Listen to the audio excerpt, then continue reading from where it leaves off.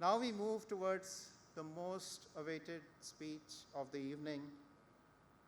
Dr. Reza Baqir, our chief guest, has extensive experience at very senior level in IMF and multilateral agencies. Dr. Reza is PhD in economics from California University, Berkeley, and graduate in economics from Howard University. So may you please join me in welcoming Dr. Reza Baqir to the stage. Dr. Reza Baqir, please.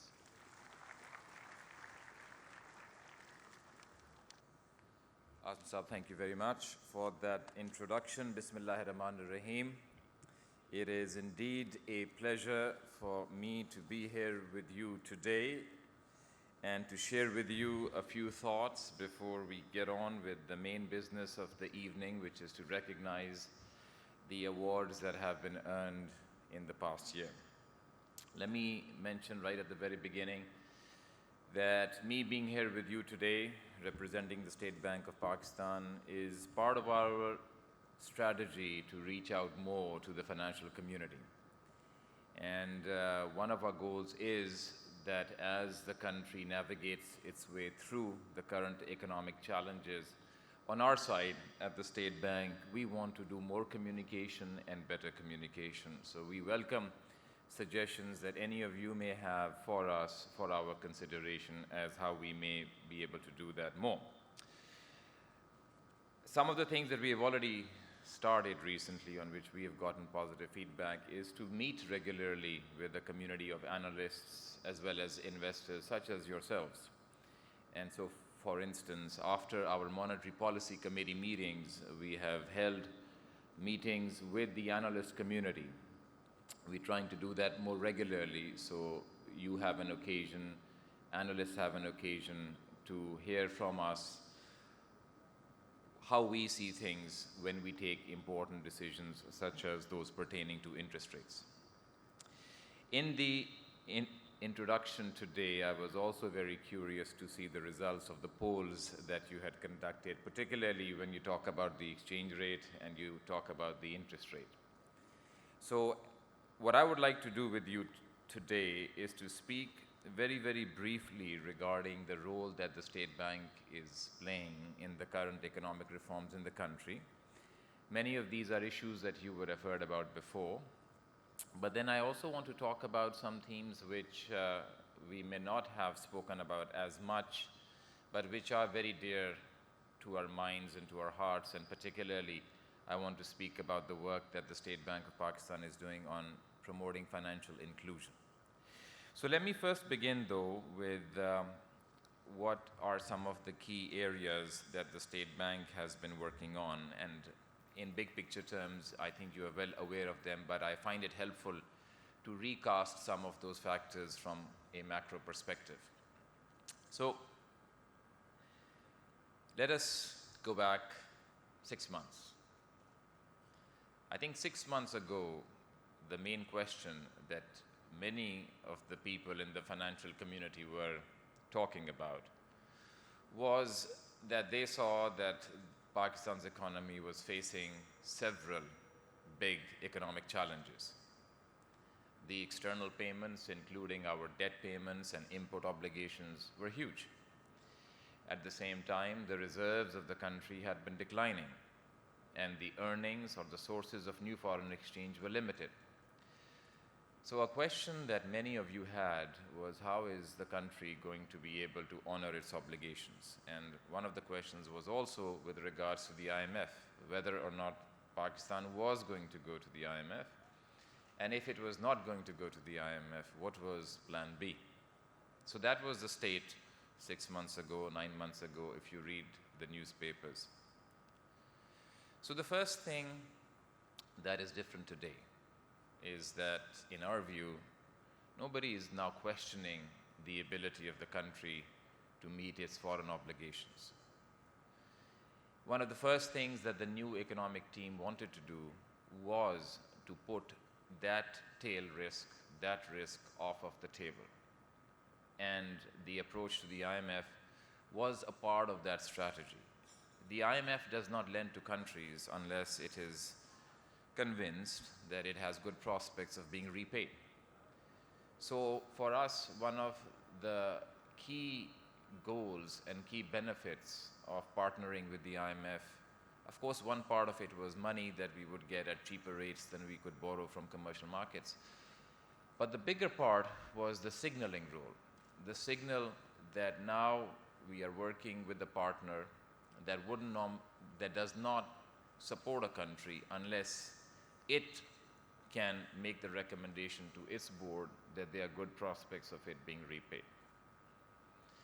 So the first major development that is different from 9 months ago is now at least people are not questioning with as much vigor as they were before whether the country will be able to make its foreign obligations. And this is important to recognize, because this is one way in which things are different now than they were before. The second thing that I feel is different, and this now speaks to one of the questions in the poll, is about the exchange rate. Once the economic team started out on its economic reforms, one of the reforms was to change the exchange rate regime, to change it from one where the exchange rate is primarily kept fixed, it's devalued periodically but then kept fixed at that rate, to one where it is primarily market determined. Market determined doesn't mean that there is no more room for intervention. There is. But the goal of the intervention is not to keep the rate unchanged, but the goal of the intervention is to lessen the intraday volatility in the exchange rate. But the point that I want to make to you is that if you go back 3 months ago, when we moved to that new exchange rate system, there was a lot of anxiety in the market. People were not sure what the new exchange rate system would be like, notwithstanding the fact that a lot of emerging market countries, probably the majority of emerging market countries, have a market-based exchange rate. There was still naturally anxiety when you switch from one to the other. Many of you would have been in conversations about the potential concerns where the exchange rate might end up. So one point that I would like to bring to your attention, as was mentioned by Asim in his opening remarks, and I quote him now, saying that progress has been much better than expected, I'm quoting him, not using my words, is that even at the level of the functioning of the exchange rate market, the feedback that we get from our conversations with experts in the financial sector is that things are going better than feared. The kind of numbers that people were talking about before are not being mentioned with as much frequency as they were before. The recent trends in the exchange rate is something that also was commented upon, but for us, a lot more important than the level of the exchange rate is to see how the market is functioning. And we see a foreign exchange market right now that has come a long way in getting used to the new system. People are buying and selling dollars. There is a lot of turnover. And interestingly, people who previously, particularly exporters or others, had concerns that the exchange rate may depreciate and therefore were waiting to bring their dollars in, are now being quite aggressive in bringing their foreign exchange in. So the second point that I wanted to mention is that even with some of the areas that were difficult 3 months ago, there has been progress. And in the discussions that take place, even at the level of the exchange rate, there is a level of comfort that for us is comforting. I want to tell you that financial stability in a country is a partnership. It's a partnership between the regulators and the practitioners. We view it as a partnership at the State Bank. We are a regulator, but we want to be viewed as a partner. And we, in that endeavor, welcome feedback from any and all of you. So this is an open invitation to all of you here today that if you have suggestions for us on the issue of the exchange rate market, on issues what the State Bank can do more going forward, please do and come share them with us. We would be very open to your feedback. So I wanted to talk about compared to 6 months ago, 9 months ago, there were concerns about Pakistan's external viability. Those concerns are not there now. 3 months ago, there were concerns about the exchange rate market. Those concerns are a lot less now, and you have the developments in the market in front of you. What are the areas that we are working on right now? So first and foremost, central banks are very conservative, and the fact that there have been good developments recently is not cause for us to suddenly relax and rest. We have to worry about risks, and that is something that we do. So while the recent strengthening in sentiment is welcome, we at the State Bank are also planning, have our own internal goals that we are also prepared for risks. External shocks can come about from any source. They can come about from domestic sources. They can come about from external sources. One of our goals is to be prepared to handle such shocks as well. Another key challenge for us is inflation. Now, inflation has risen, and you would have seen in our last monetary policy statement, we had also given the range that we expect for the current fiscal year. The first and most important thing to recognize is that the rise in inflation is a consequence of the accumulated imbalances in the economy from before. Some of these accumulated imbalances had necessitated the adjustment in the exchange rate. Most people now do recognize that the exchange rate had been overvalued. So if that problem had to be addressed and the exchange rate depreciated, it has an impact on the inflation rate. In addition, many of our public sector utilities were operating at tariff levels which were below those levels that would be considered fiscally prudent. So many of those prices had to be adjusted as well. So a combination of many of these factors did lead inflation to increase. Another factor was a boom in consumption that took place.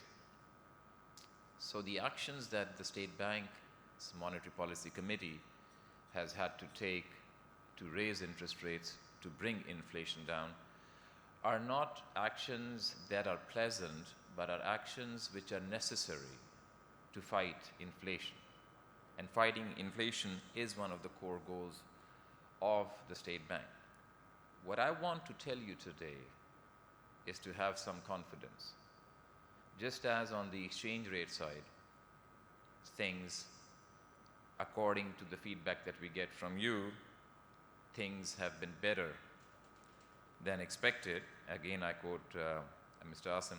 Similarly, on the inflation front, and as we mentioned and wrote in our monetary policy statement, we expect inflation to come down. Of course, there can be shocks, and we would be prepared to take action for shocks as well. But we noted in our monetary policy statement that a lot of the reasons behind the current rise in inflation are actions that were necessary to deal with the accumulated problems of the past. We wanted to take action sooner rather than later, so that sooner rather than later, people get the sense that the big decisions or actions that had to be taken are done. And when we look at the future, the delta or the change is going to be for the better rather than for the worse. So on that front as well, on inflation, we have said in our monetary policy statement that we expect inflation to be much lower in the next fiscal year than in this. And we expect moderation in the underlying factors that push inflation. We expect that moderation to begin around the second half of this fiscal year. So my request to you is to have confidence also that unless some unforeseen shocks come about, we also are confident that inflation is also a beast that we will be able to tame.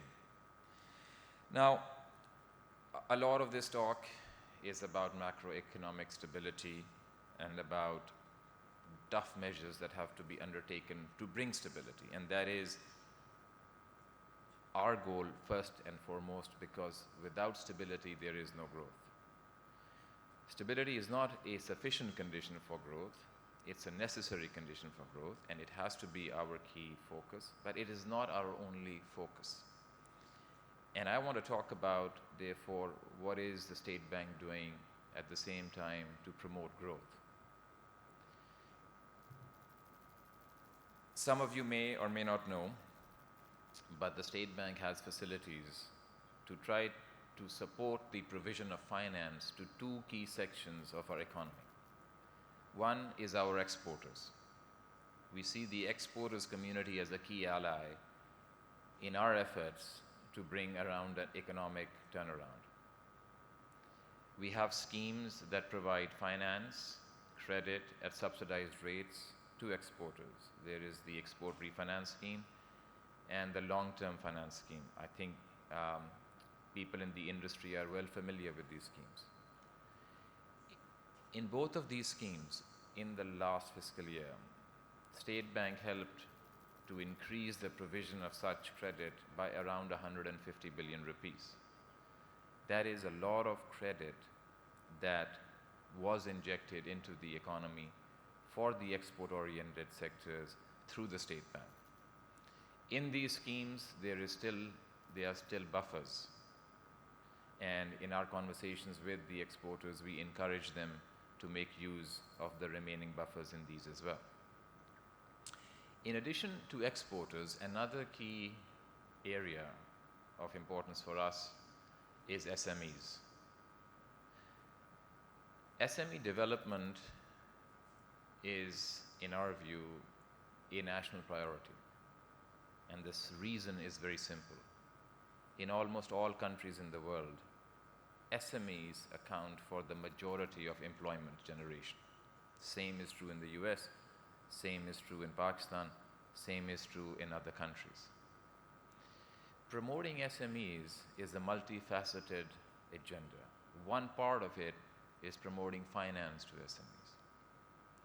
State Bank got involved in it over a few years ago and has published a strategy for promoting finance to SMEs. That strategy is publicly available. We have given presentations in which we have also shared all the different schemes that the State Bank promotes for the provision of finance to SMEs.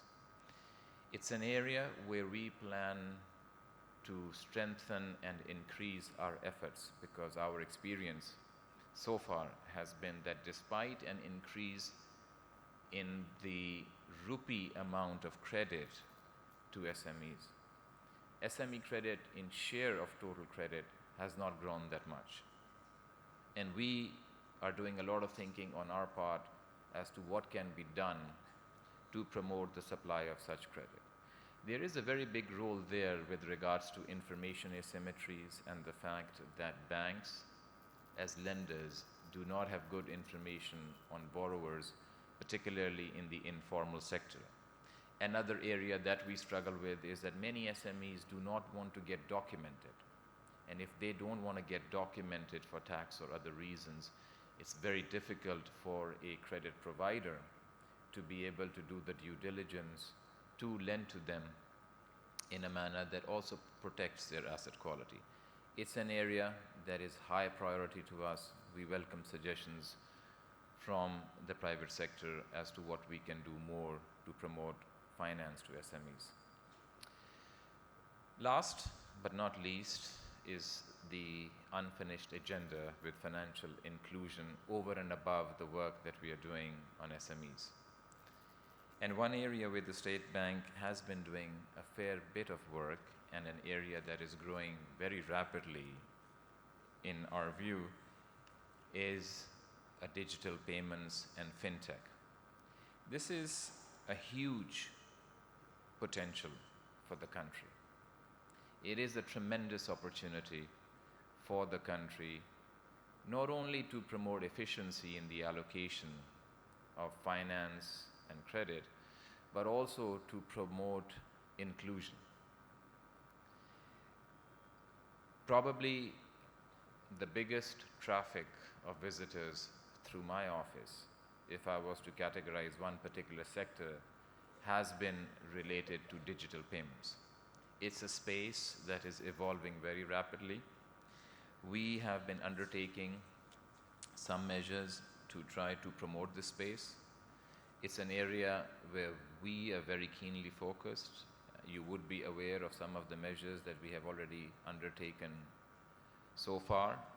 And we are also planning to come up with some new things, including holding an event with the key industry stakeholders to get their feedback on what the State Bank needs to do to further develop the frameworks that we offer for digital payments and for fintech more broadly. I just want to mention that this is an area that is not important just in itself because it promotes inclusion, but it's also an area that I want to end on, which is very important for the State Bank as well, and that is gender diversity. Digital payments also offers a possibility that the gap that exists in participation in the financial sector between men and women can be reduced. Our early experience with promoting this, particularly for accounts for women, has been very promising. And we feel that it's an area where, as we push this further, not only is it going to be beneficial in its own accord, it is also going to be very helpful for promoting gender diversity and access of finance, particularly for our women in general, but also women entrepreneurs who may right now not have as good access to finance as men do. I was particularly happy to see also that in today's awards there is a specific area also for recognizing gender diversity. Let me conclude in terms of the thoughts that I wanted to share by noting that look back 9 months ago, see where we are now. There were some big risks that everybody was talking about. Look at 3 months ago, there were some concerns that people rightly had. We've made progress in addressing those risks. We at the State Bank are very confident that adhering to the reform program that has been identified is going to continue to deliver better and better news. And for our part, we are ready to continue to implement the program and also to deal with the shocks and the risks that may come about. So finally, let me say that I'm very much looking forward to the award ceremony, looking forward to congratulating those of you who are going to be recognized this evening, to remind you that your excellence, your continued hard work is helpful to us, and it's helpful towards building a better and stronger financial sector, which continues to be one of our key goals. So thank you very much for this opportunity to share a few thoughts with you. I believe I'm supposed to try to address some questions, which I would be happy to do so. And then I'm looking forward to participating in the award ceremony. Thank you.